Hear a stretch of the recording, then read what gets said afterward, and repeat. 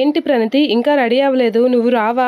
అత్తయ్య గారు అంత దినిగా పిలిచాక రాకపోతే ఎలా? అందరూ మళ్ళీ ప్రణతి ఏదైనా అడిగితే అక్కడ ఏమైనా సమాధానం చెప్తాం అని అనేసరికి నాకు అక్కడికి రావాలనిపించట్లేదు అని చెప్పేసి ప్రణతి అంటూ ఉంటుంది. ఇక పల్లవి అయితే, అత్తయ్య మీరు మాత్రం మామయ్యకి మొహమాట పడో ఏదో పడో మీరు మా నాన్నగారు తెచ్చిన సంబంధం ప్రణతికి చేస్తానని చెప్పకపోతే తర్వాత చాలా ప్రాబ్లమ్స్ ఫేస్ చేస్తాం.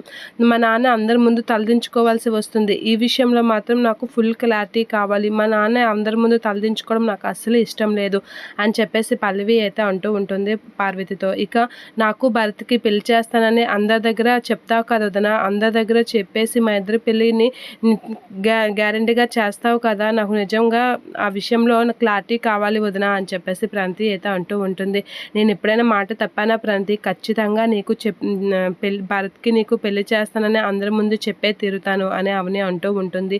నాకు మీ మాట మీద నమ్మకం ఉంది అత్తయ్య, కానీ మీరు మాత్రం ఖచ్చితంగా ఇది చేస్తారు కదా, అందరి ముందు అనౌన్స్ చేస్తారు కదా, లేదు అంటే నా పరువు పోతుంది, నా నమ్మకం నిలబెడతారు కదా, మా నాన్న దగ్గర నా పరువు తీయరు కదా అని చెప్పేసి పల్లవి అంటూ ఉంటుంది. నాకు మాట ఇవ్వండి అత్తయ్య, అలా చేస్తానని చెప్పేసి పల్లవి అయితే చేచాపుతూ ఉంటుంది. ఇక పార్వతి అయితే అలా చూస్తూ ఉంటుంది ఏం చేయాలా అని. ఇక ప్రణతి కూడా అవనిని మాట్లాడుతూ ఉంటుంది. ఖచ్చితంగా మాకు పెళ్లి చేస్తావు కదా వదిన అని చెప్పేసి మాట్లాడుతూ ఉంటుంది.